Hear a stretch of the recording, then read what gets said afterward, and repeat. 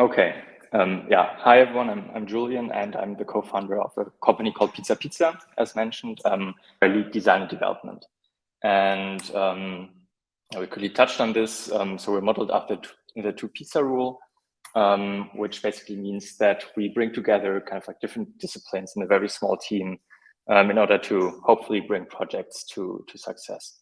So we integrate all different roles that are relevant from the get-go until the end and try to minimize handovers and have everyone really care about the end result. And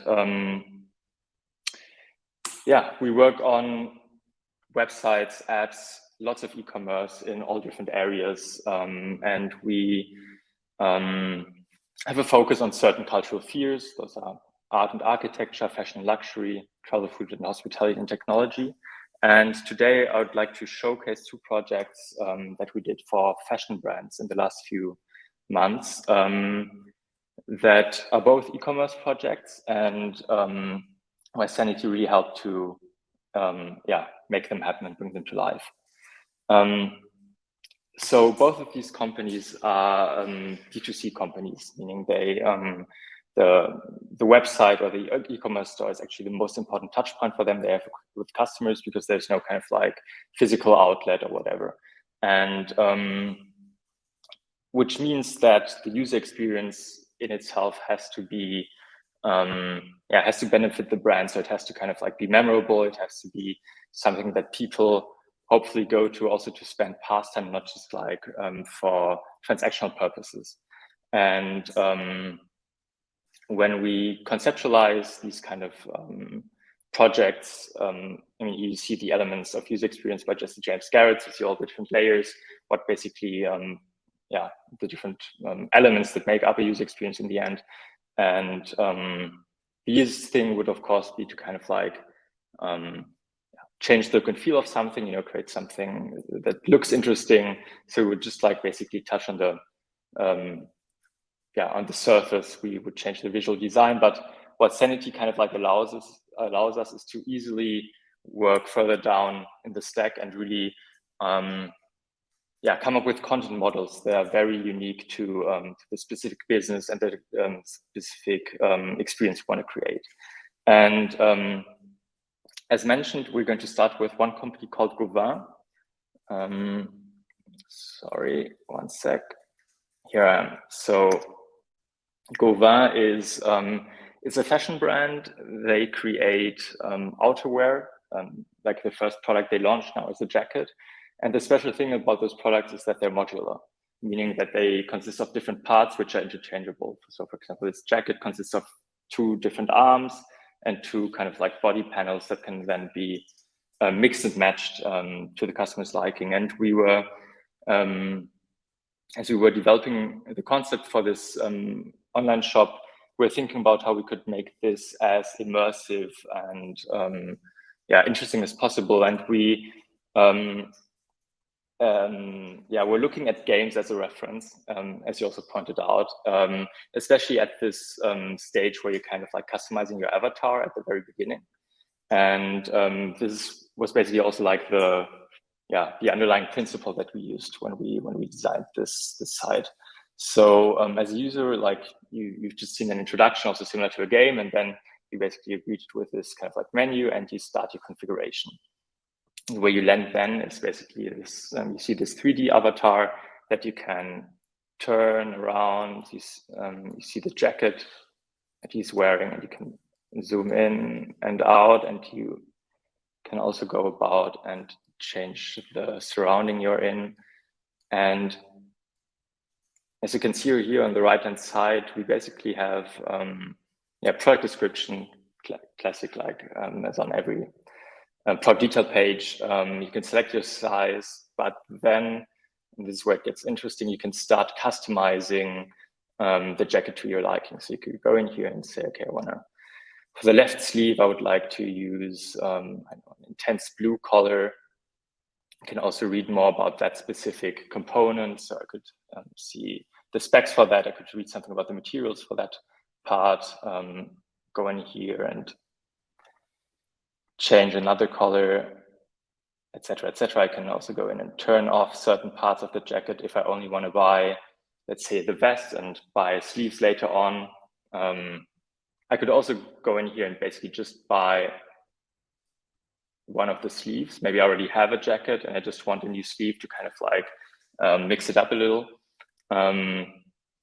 So this is how the configurator works in here, and you can also switch the view to different views. For example, here we have one view where you can see photorealistic images of those parts that you've chosen and apply them to the configuration, or also switch to this view where you would then see kind of like pre-configured jackets that you can choose from. And let's say like this one, what I can do next is I can either share my configuration with friends, or hopefully click on add to cart. And what happens then is that I have these 4 different parts of that jacket in my cart. When I click on go to checkout, I land on the Shopify checkout, where I can then purchase those individual pieces.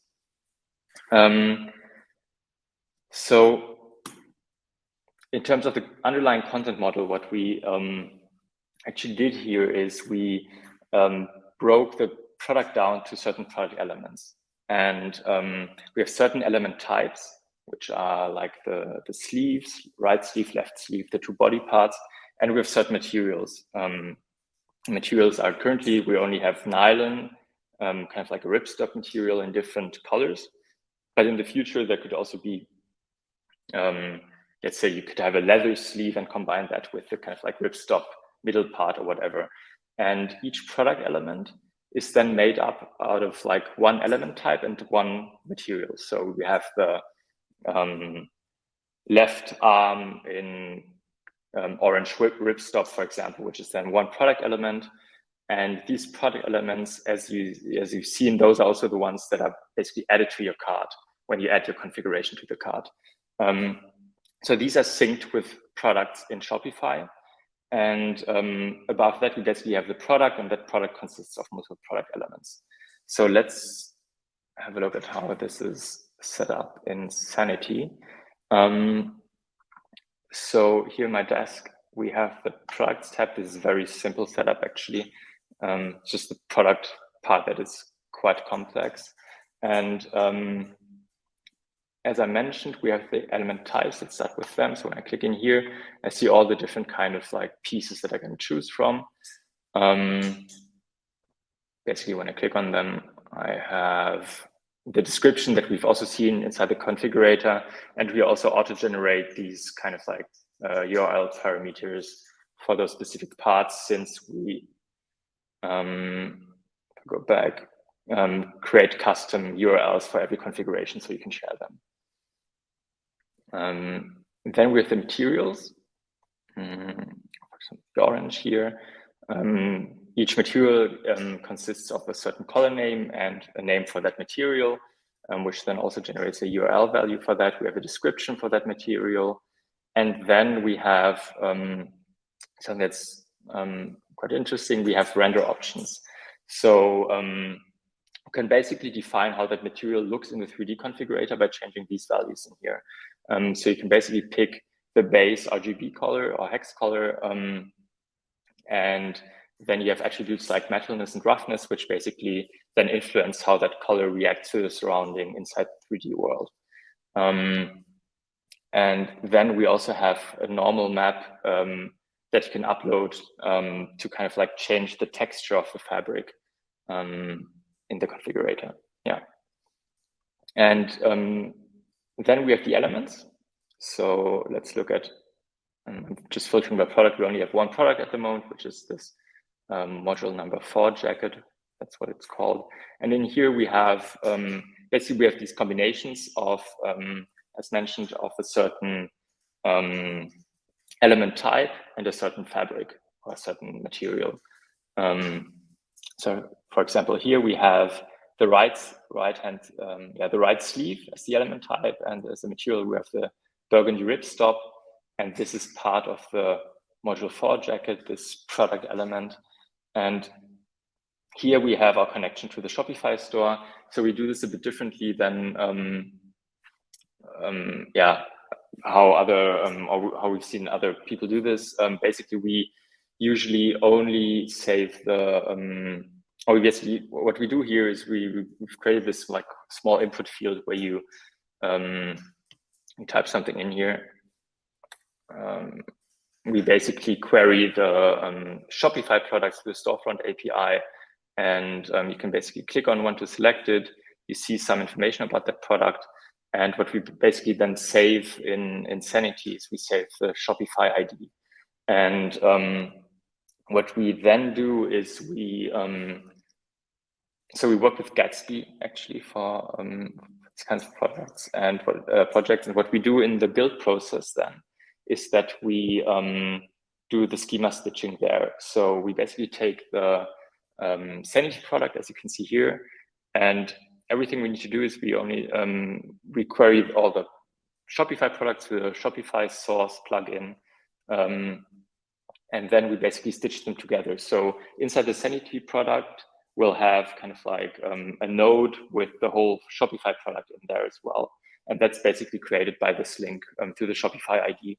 And we do this because it's very easy for us then when users come to the product detail page, we usually hydrate them. So we have the most up-to-date stock and availability and pricing.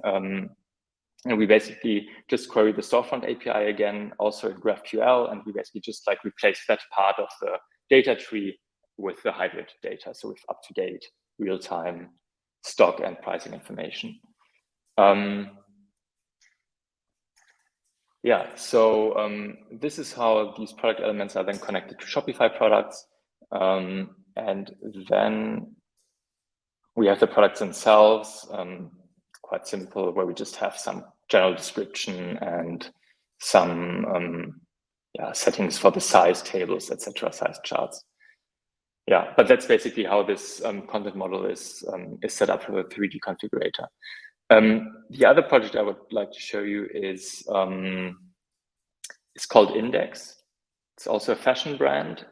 They produce blanks or basics, basically. So t-shirts, hoodies, sweatshirts on a very high quality. So behind that is basically it's a Portuguese company that usually produces for brands like Balenciaga, and they are very science and engineering driven, and they have they're very detail obsessed, etc. And when we're developing this this concept, we were thinking about how we can make this notion of buying straight from a factory, as how we can bring that across. And what we came up with is that in fashion you usually have certain release cycles like collections or seasons, etc. And here we thought the most kind of native thing to a factory would be if we would kind of if we would release batches. So a factory produces products in batches, and we're basically just going to release these batches in a monthly interval. And with each batch, there is kind of like a certain color or dye that's used for that set of products. And that set of products then also displays the latest kind of like innovations and changes to those kind of like products. So here on this online shop, as you scroll further down, or basically up here, you already see, okay, the latest batch that was released, and you also see the next batch that's going to come up. And then as you scroll down,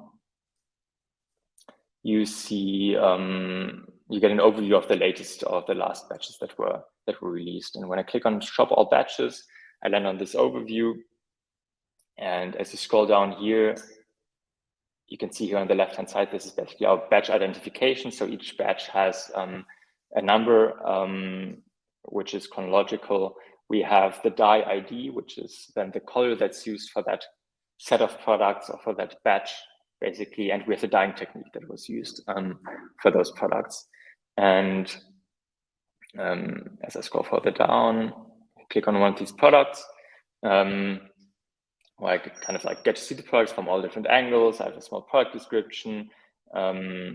I see again what the name of the style is, and then also have the option down here to kind of look at the same product in other batches. So basically the same product in other colors, and switch to those detail pages or product pages right away. And then here on the right-hand side, of course, like changing the size, adding that to the cart, etc. As I scroll further down, I get more information about the dye. So I see the dyeing recipe. I can read something about the dyeing technique, and then we just go further down into the details. So we start with the material and fit, where we show the same product on different kind of like body types to give the customer understanding of how that product would fit on someone similar to his kind of like type. We have size chart and different metrics. And as we scroll further down, we go deep down the rabbit hole in terms of how this t-shirt was constructed. So coming from the hand feel, I'm just scrolling down. We have here on the left-hand side, we have some kind of like media that's animated. And on the right-hand side, I can read up on first on the fabric and here on the color fastness. So what dyeing techniques and finishes were chosen to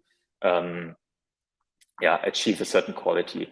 And in here, I can also hover over these small indicators that then give me kind of like these Wikipedia style tooltips with more information about certain certain terms. And one last thing, if we have up here in the main navigation, we have something called the index. And this is basically a collection of all the different production methods and attributes that these t-shirts or these products can have. So from kind of like certain dyeing techniques, certain materials that are used to finishes and treatments, etc. I'm going to click on one of these, I get more information about them, etc. So also here we don't have a kind of like classic content model, which is quite simple, but it's also a bit more complex here. So we basically, the base for this is this collection of these index items, so of all these different attributes that a product can have down here basically. And each of these index items belongs to a certain category. So we have items that describe certain colors, we have items that describe certain styles, finishes, etc. And then we have each release, which is a batch, and that batch always consists of a color and a dyeing technique, which are basically also just index items that are filtered by those kind of like categories then. And then up here we have the product, and each product belongs to a certain batch and is defined by a certain product style. Through the batch, that product, so it's through the batch, the color and the dyeing technique of the product is defined, but it's not defined on the product itself, it's defined on the batch that this product is related to. And then we basically have different products with different product styles, part of one batch. I'm going to show this in Sanity, which I hope makes things a bit more clear. So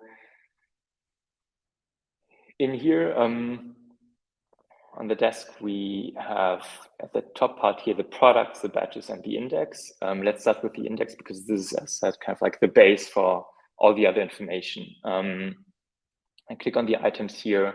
I can basically see all items or filter them by the different index categories we have. So let's say we're going to look at a certain dyeing technique. Here I see all index items with that are dyeing technique basically, and I click on piece dye.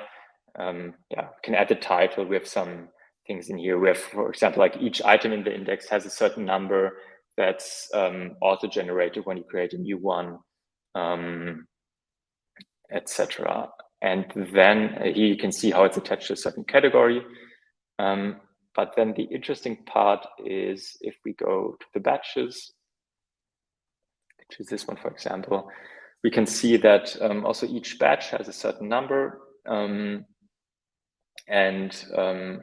This allows us to kind of like auto-generate those titles. We set the release date for each batch. And here is basically where we add those attributes to the batch that basically define that batch. So in this case, it's a certain dye, so a certain color and a certain dyeing technique It's basically a reactive P style. And then you also see kind of like what styles are part of that batch. If I go to all products, I can also filter them by batch again. So let's look at all products from batch number 6. Looking at the classic t-shirt that we also saw on the website a moment ago. And yeah, you can basically see when we create a product, we link it to a certain batch that we created beforehand. And then we basically just pick the product style. And as you can see, these are basically just the index items that we've created for the index with the category style. So we have this relation field here, this reference field that's filtering by index item category, so to say. Title, slug, etc. Nothing special about that. We have the Shopify product, as you've also seen on the other project. And then, one tiny thing that I could also quickly show is on this product detail page, we have these small numbers here to the, which are basically taken from kind of like these workwear B2B catalogs, these mail order catalogs. And we thought about ways to kind of like implement this. We didn't want it to be part of the image. So the nice thing about Sanity is that it's super easy to quickly create a custom input component. So we've kind of like created this one where you upload an image and then afterwards you can basically select where you want to place that number on that image. And then one last thing I wanted to show you, because I think this is also something that really shows the strength of Sanity, and that is we have these stories here, which you've seen further down the page when you scroll down. And what we're doing here is we make use of portable text. So when you're in your text editor, you can basically mark any word in here and you can link it up with a certain reference from the index, which will then automatically pull in this short description, the icon of that, etc. And yeah, I think that's it from my side. I hope kind of like sparked your imagination in terms of thinking about content models for e-commerce that are maybe off the beaten path. Yeah. Right on. Lots of great stuff. 2 very distinctive, as said in the chat, and like unique websites. And they're both designed so uniquely. So thank you for sharing all that. I did have a question, and then there's some questions in the chat. But my question is, are there people that are not like, that aren't developers that are working in the studio? Have you set it up that other people are able to come in? But yeah. Yeah, I mean, sorry, in the Sanity studio, or sorry? Mm-hmm. Yeah. Yeah. So yeah, absolutely. I mean, also from the client side, there are people that are working directly in Sanity Studio. I mean, there was a bit of a learning curve in the beginning, just because, you know, like thinking about approaching content like from this content model perspective and not from the layout perspective is new to some people that are used to more kind of like visual editors for websites or e-commerce stores. So there was a bit of a learning curve, but I think they really see the value in there as well, because they're not kind of like repeating the same or like inputting the same content all over again in different fields. You know, it's kind of like all tied together. There's less room for error, etc. Yeah. Mm-hmm. And then that like leads into a chat question, kind of. Are the studios hand populated by clients, or do you typically import everything for them? So we usually do the initial content load. I mean, already kind of like for development and for QA, etc., we need to have some information in there. But then we try to integrate clients as soon as possible, just also to see, you know, if there's things that we need to kind of like, make easier. So Pizza sets it up, and then the client comes in, takes over. That's awesome. Yeah. And then a question: is Pizza integrating Sanity with Gatsby v4 on either site? And if so, are they using DSG? No, we're still on v3, to be honest. Okay. We haven't even bothered looking into V4. Yeah. Got it. And then, so those questions were from Ryan Murray. Great questions, Ryan. And then from Joe, I'd love to know what the biggest challenge was when building, I want to say it right, Gavon? How do I say it? Gavon, whatever. Okay. So I think it was kind of like finding the sweet spot between quality and bandwidth usage. So kind of like trying to also, when we made the 3D model, like seeing where we can just like get rid of polygons, where we can compress textures, etc. So the loading time doesn't explode. And there was, for example, one thing that was quite complicated is kind of like the environment map we're using, because we're basically just using an image that's mapped on a sphere.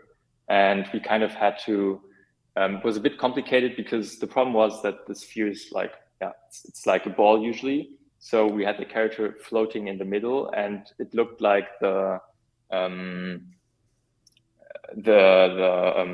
floor was kind of like detached from the feet. Mm-hmm. So we had to kind of like go into like squishing the sphere, but then we had to do the inverse on the image. So it then looked real again, like all these kind of like, trial and error things that just took a bit of time. Yeah. Have you all thought about getting into game design now? Yeah. It's so good. But, I mean, it was a really fun project, and we hope that we're going to have more kind of like projects in where we get to work on 3D stuff. But our passion is still like digital products in general, I think. Yeah. Right on. Well, great presentation. Thank you so much for sharing all that content with us. It's two very unique websites that are both doing awesome stuff. So thank you so much for sharing that. And let me share, if you have any more questions for Julian, I'm putting in the chat Julian's LinkedIn, so you can reach out there. And yeah, thank you so much for talking at our meetup, Julian, and we will see you around. Thank you. Bye.